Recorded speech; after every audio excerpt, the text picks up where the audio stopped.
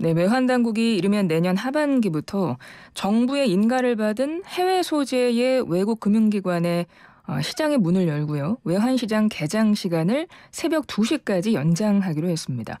무슨 이야기이고 어떤 의미가 있는 건지 자세한 이야기 나눠보겠습니다. 신세돈 숙명여대 경제학부 명예교수 연결돼 있습니다. 교수님 안녕하세요. 네, 반갑습니다. 예, 반갑습니다. 70년 만이라고 해요. 한국 외환시장이 새벽 2시까지로 연장이 되고 해외 금융기관이 국내 외환시장 참여가 가능해진다는 건데요. 일단 이렇게 정부가 바꾸기로 한 데에는 어떤 취지가 담겨 있는 걸까요? 첫째 우리가 알아야 될 거는 이게 아니에요. 네. 이게 확정된 게 아니라서, 일단은 거론되고 있는 정부의 어떤 계획이다라고 하는 걸 우리가 먼저 알아야 되겠고, 예. 그 핵심 목표는 우리나라의 외환시장에서 외국 금융기관, 특별한 자격을 갖춘 외국 금융기관, 여기서 주로 외국의 은행이나 외국의 증권회사를 말해요. 네. 이런 금융기관들이 국내 시장에서 달러를 공급하거나 아니면 달러를 사가거나 해서 우리나라 내에 달러와 원화 시장에 적극적으로 참여할 수 있도록 해준다는 거예요. 그것이 핵심이군요. 그렇죠. 그게 네네. 핵심이고, 그러면 그게 무슨 장점이 있는가? 일단은 우리나라의 외환 공급이 풍부해지니까, 전에는 우리가 수출해가지고 달러를 벌어들여야만 이제 달러가 공급이 되었는데, 이제는 그거 말고도 외국 금융기관들이 참여해서 풍부하게 달러를 공급을 하게 되니까, 첫째, 외환이 굉장히 풍부해지고, 네. 둘째, 환율이 매우 안정되는 장점이 있는 거죠. 환율이 안정되는 장점도 있군요. 그럼요. 그게 사실은 근본 목적 중에 하나예요. 일단 지금 말씀하신 거 잠깐 먼저 짚고 가겠습니다. 앞서 교수님께서도 말씀하셨습니다. 지금 말씀드리는 것은 정부가 어제 발표했습니다. 외환시장 구조 개선 방안이고요. 내년 하반기 시행을 목표로 추진한다는 내용을 발표한 것이죠. 그래서 올해 3분기에 외국환 거래법 개정안을 국회에 제출을 하고 내년도에 시범 운영을 거쳐서 내년 하반기에 정식 시행을 목표로 두고 있다는 거 다시 한번 짚어드리고, 그 내용이 어떤 취지가 담겼는지 우리 신세돈 교수님과 이야기를 나누고 있습니다. 일단 말씀하셨듯이 이번에 바뀐 그러니까 개정안의 핵심적인 내용은 외국에 있는 금융기관들이, 특별한 자격이 있는 외국에 있는 금융기관들이, 은행과 증권회사들이 국내 시장에 와서 달러를 공급할 수도 있고 사갈 수도 있고, 이제 이 문을 개방한다는 것이고, 이렇게 되면 외환이 풍부해지면서 환율이 안정된다는 장점이 있다라고 짚어주셨습니다. 네. 예. 근데 일단 좀 쉽게 이해를 하기 위해서 우리 개인의 입장으로 한번 좀 적용을 해서 여쭤볼게요.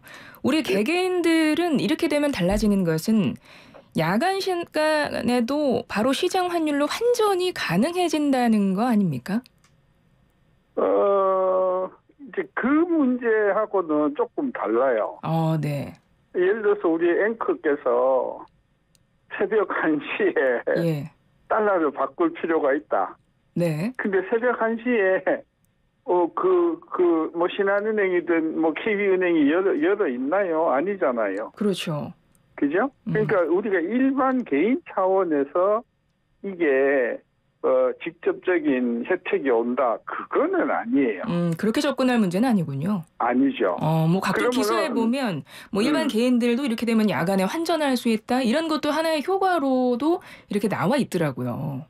그러니까 그거는 새벽 2시까지, 이게 새벽 2시가 이제 런던 시장이 폐장되는 시간인데, 이제 그때까지 이제 외환시장이 열려있다 이 말은, 네. 지금 예를 들어서 오후 4시에 폐장을 하잖아요. 네. 오후 4시에 폐장을 하고, 그 다음에 새벽 2시까지는 우리나라에서는 외환시장이 안 열려있단 말이에요. 그렇죠. 그럼 우리나라에는 환율이 없는 거예요. 그러니까 폐장 당시의 환율로 그냥 픽스가 되는 거거든요. 그냥 전날 그날 오후 5시 직전에 마지막 그렇죠. 고시한 환율로 그걸로 그냥 고정이 돼요. 예, 근데 예. 런던 시장에서는 새벽 2시까지 계속해서 우리 원화 환율이 거래가 형성이 되거든요. 그러니까 그 차이가 발생하겠죠. 그렇죠. 예. 그러니까 그런 것들을 없애주자는 거예요. 그래서 그 폐장이 우리나라 폐장되는 시간과 그 다음에 런던 폐장 시간의 그 격차가 한 7시간, 9시간 정도 되니까 그때에 있는 환율의 변동을 실시간 우리나라에서 활용을 할 수 있도록 해주자. 궁극적으로는 24시간 외환시장이 돌아가는 체제로 가겠다는 게 정부의 목표인데 네. 1단계로 일단은 새벽 2시까지 연장을 하자는 거죠. 그렇죠. 그래서 일반 개개인들은 아마 그 기사를 보시면서 이거를 가장 먼저 보셨을 것 같긴 해서 여쭤본 겁니다. 아, 나 이제 밤에도 환전할 수 있겠구나. 그거는 아니고 이제 예, 예. 이런 건 있을 수 있어요. 왜냐하면 우리 이제 증시 외국에 주식을 투자하는 분들은 네. 이제 새벽에서 계속해서 이제 뉴욕이나 런던 이 시장에 이제 주식이 거래가 되니까 네네. 자기가 이제 외국의 주식을 갖고 있는 분들은 그렇죠? 네. 팔고 주식을 팔고 판 돈을 가지고 이제 환율을 적용할 때 새벽 2시 환율까지를 적용할 수 있는 그런 어떤 장점은 있겠죠. 그러나 예를 들어서 내가 은행에 가갖고 환전을 한다? 그런 차원에서는 이건 좀 동떨어진 이야기다. 그렇군요. 그러면 다시 여쭤보겠습니다. 아까 말씀하셨듯이 이번 개선 방안의 취지는 이제 외환이 풍부해지고 환율이 안정되는 장점이 있다라고 말씀을 하셨는데, 근데 앞서도 제가 말씀드렸지만 그동안에 우리가 그 개장을 일찍 닫았던 것이 지금 70년간 이어졌다고 그랬었거든요. 네. 그렇다면 그 70년 동안 왜 여태까지 그런 부분, 그런 측면이 있었음에도 그대로 유지하고 있었을까요? 그 이제 우리 외환시장을 너무 모르셔서 하는 이야기죠. 예. 그래서 그 부분을 좀 쉽게 이해할 수 있게 설명을 해주시면 좋을 것 같습니다. 예. 그러니까 지금 제가 말씀드린 거는 우리나라의 외환시장은 달러와 한국 돈, 네. 한국 돈과 달러를 바꾸는 거래거든요. 네. 그런데 그 시장이 지금은 우리 원화가 굉장히 국제적인 위상이 많이 높아졌지만 한 30년 전만 해도 이게 시장이 형성이 잘 안 되는 거예요. 네. 왜? 달러가 없어요, 우리나라는. 왜 없냐? 달러를 수출해서 벌어들이는 돈은 작고 쓸 때는 많으니까 이거를 시장에 맡겨놓으면 환율이 너무 비싸지는 거예요. 그래서 그때는 외환시장이 없이 그냥 정부가 환율을 고시를 했어요. 네네. 1달러에 400원, 420원. 그러니까 시장이 있는 게 아니고 시장에서 형성이 되는 게 아니고 정부가 환율을 고시를 했단 말이에요. 왜 고시를 했냐? 여러 가지 부족한 점이 많아서 그런 거예요. 그래서 지금 신문에 70년 만에 이렇게 한 이유가 뭐냐? 네. 사실은 우리나라의 외환시장이 말 그대로 외환시장이라고 할 만한 시장이 형성되기 시작한 것은 채 20년도 안 돼요. 그렇습니까? 그렇죠. 그것도 우리가 수출을 많이 하고 우리나라에 관광객이 많이 들어오고 하면서 우리나라의 외환시장이 어느 정도 풍성해지니까 이게 시장이 형성이 된 거지. 50년 전에는요. 한국돈 달러로 바꾼다 그러면 아무도 한국돈 달러로 바꿀 사람이 없었어요. 그래서 지금 우리가 이게 하고 있는 프로세스는 70년 만에 하여튼 획기적인 게 되는 게 아니라 우리나라 원화의 위상이 점점 세계적인 통화로 되어가면서 개방화 시대에 격에 맞추어서 좀 여러 가지 옥죄고 있는 족쇄를 풀자. 이제 그런 차원에서 이제 이 제도가 마련되려고 하는 거죠. 그렇군요. 우리나라 경제 규모가 이제는 어느 정도 세계적 위상에 걸맞은 수준이 됐기 때문에 거기에 맞추어서 외환 시장을 마련해서 외국인 투자자의 좀 접근성을 높이는 게 좀 목표로 보이고요. 그렇죠. 우리나라의 달러를 가지고 와서 이제 달러를 공급하게 하기도 하고 또 우리가 이제 수출을 해서 달러를 많이 벌어들이니까 우리가 달러가 풍성하단 말이에요. 네네. 그 풍성한 달러를 필요한 외국의 금융기관들이 사가도록 하게 해서 우리나라의 그 환율 안정과 외환 공급을 풍족하게 하자. 또 다른 말로 하면 네. 우리가 뭐 수압이라든지 뭐 다른 나라한테 뭐 액을 복벌해가지고 달러를 공급하지 않아도 될 정도로 우리 국내 그 외환 공급을 풍성하게 하자. 이제 그런 취지가 담겨 있다고 봅니다. 그렇군요. 우리나라의 경제 규모에 걸맞지 않게 그동안 사실 이 외환 시장, 국내 시장은 폐쇄적이고 좀 제한적이었기 때문에 어떤 뭐 자본 시장이나 금융 산업 전반의 발전에 좀 걸림돌이 됐던 모양이고, 예, 그래서 시장 안정 측면에서도 이번 개선 방안이 마련된 것 같은데요. 그렇다면 어찌 됐건 그동안 우리의 경제 규모에 걸맞지 않게 폐쇄적인 시장을 운영해 왔기 때문에 이번 이 제도 개정에 따라서 뭐 여러 가지 시장 인프라 관련해서도 좀 손볼 곳이 확충해야 될 내용들이 있지 않겠습니까? 그런 것들은 어떻게 보시나요? 그 우리가 여기서 이제 인프라라 그러면 네네. 뭐 무슨 건물을 짓고 컴퓨터 시스템을 깔고 뭐 이런 것을 생각하는데 여기서 말하는 인프라는 한마디로 법이에요. 네네. 이 제도를 바꾸기 위해서는 네. 외환거래법을 손을 많이 대야 돼요.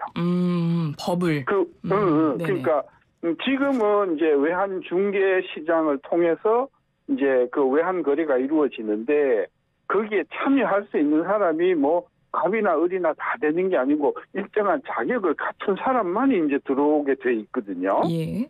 이제 여기에 외국의 자격을 갖춘 은행이나 증권회사가 참여할 수 있도록 외환 관련 법, 외환 거래 관련 법을 바꾸어 주는 거. 그리고 법이 바뀌면 시행령도 바뀌어야 되니까 관련된 법 체계를 바꾸는 것.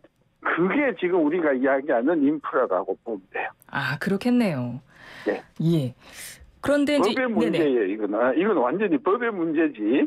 뭐 무슨 뭐 컴퓨터 시스템을 깔고 뭐 여의도에 무슨 건물을 짓고 이런 인프라가 아니라.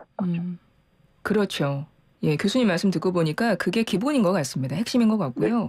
그리고 이번 이 개선 방안에 담겨 있는 취지는 사실상 교수님 말씀 들으니까 이미 좀 진행을 했어야 되는 부분도 있어 보이거든요.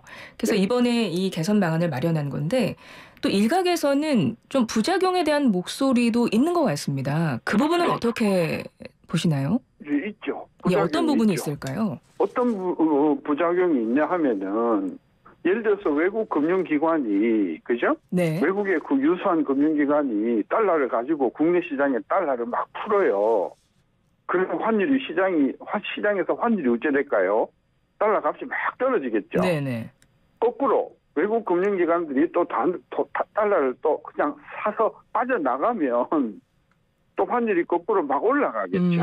네. 그러니까 결국은 들어와서 외환시장의 규모가 커지고 환율이 안정되는 그런 경우도 있겠지만 만에 하나 이 사람들이 또 갑자기 예고도 없이 빠져나가면 그거는 또 환율의 불안 요인도 될 수 있는 거잖아요. 그럼 이 개선 방안의 취지와 완전히 반대로 갈 수도 있겠군요. 그럴 수도 있다는 거죠. 예. 그런 부작용이 충분히 있을 수 있단 말이죠. 따라서 그런 부분에 대한 보완 장치, 이제 이런 것들이 전부 다 이것도 인프라죠. 법이라든지 제도가 보완이 돼야 되죠.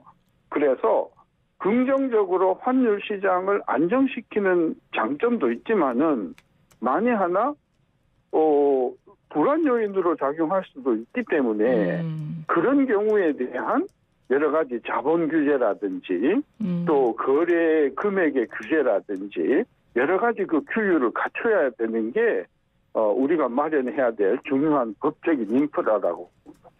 아, 그렇겠군요. 계속 말씀하시는 거 핵심적인 내용이 정말 그 기본 인프라, 법적인 내용이 상당히 중요하겠습니다. 굉장히 중요한데 아쉬운 게 뭐냐 하면 제가 신문 보도를 보면서 사실은 이 부분은 작년에 우리가 환율이 폭등하기 전 9월 이전에 사실은 이 계획을 이야기를 했었어요, 정부가. 네. 왜냐하면 윤석열 정부의 그 공약이기도 했었거든요. 네. 그러다가 환율이 팍 불안해지니까 어이구 지금 도입하면 안 되겠다 해가지고 잠시 미룬 게 이제 이번에 거론이 된 거예요. 아, 네네. 그래서 이 정도 되면은 아까 제가 지적한 그 여러 가지 불안 요인에 대한 구체적인 대안들이 나와줘야 돼요.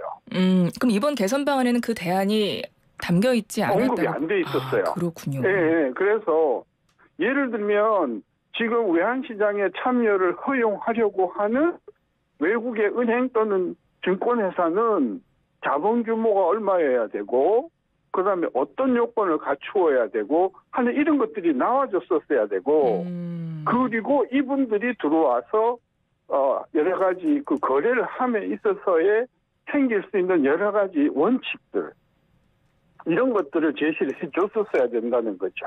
여기서 말하는 원칙이라고 하면 예. 그 우리가 이제 포지션이라는 게 있거든요. 네. 이게 좀 어려운 이야기인데 네네. 그 포지션 관리라고 하는 제도가 우리한테 있는데 그 포지션 관리에 대한 기본적인 윤곽이나 자본 규모나 여러 가지 또 그 어떤 그 갖추어야 될 요건에 대해서 좀 구체적으로 나와줬으면 좋았을 텐데 그런 어떤 부분에 대한 언급이 없어서 이게 이제 추후로 마련하겠다는 거거든요. 네네. 뭐 이런 그러니까 우려가 있는 걸 알고 추후에 충분한 안전장치를 마련하겠다 이런 입장인 것 같더라고요. 그러니까 지금쯤 되면 내년 가을에 시행을 할 거라고 하면 네. 지금쯤이면은 구체적으로 어떤 금융기관이 들어오고 어느 규모가 되고 그다음에 어떤 원칙이 적용이 되고 이런 부분에 대한 대체적인 윤곽이 나와줬었으면 훨씬 더 저거 할 텐데 그 부분이 많이 아쉬우시군요. 그런 것이 없이 그냥 이런 걸 하겠다라고 하니까 오케이 굉장히 좋은 방법이긴 한데 디테일에 들어가면 앞으로 어떻게 되는 거지? 그리고 부작용은 어떻게 막을 거지? 이런 부분에 대한 의심을 우리가 계속 하게 되는 거죠. 아, 그렇군요. 근데 뭐 이번 외환시장 구조 개선 방안 시행 목표 시기가 내년 하반기이고 앞으로 뭐 공론화도 시키고 법령 개정도 하고 뭐 은행권들을 좀 철저하게 준비할 수 있도록 한다고 하고 그런 계획이라고 하니까 앞으로 좀 지켜보도록 하고요. 교수님 오늘 더 좀 많은 것들을 교수님께 여쭤보고 싶은데 시간이 이제 다 돼서요. 오늘은 여기까지 좀 말씀을 듣기로 하고 앞으로 또 향후 돌아가는 상황을 보면서 교수님 좀 말씀을 들어야겠다 싶으면 다음에 또 한번 연결을 하겠습니다. 그러세요. 예, 교수님 고맙습니다. 네. 지금까지 신세돈 숙명여대 경제학부 명예교수였습니다.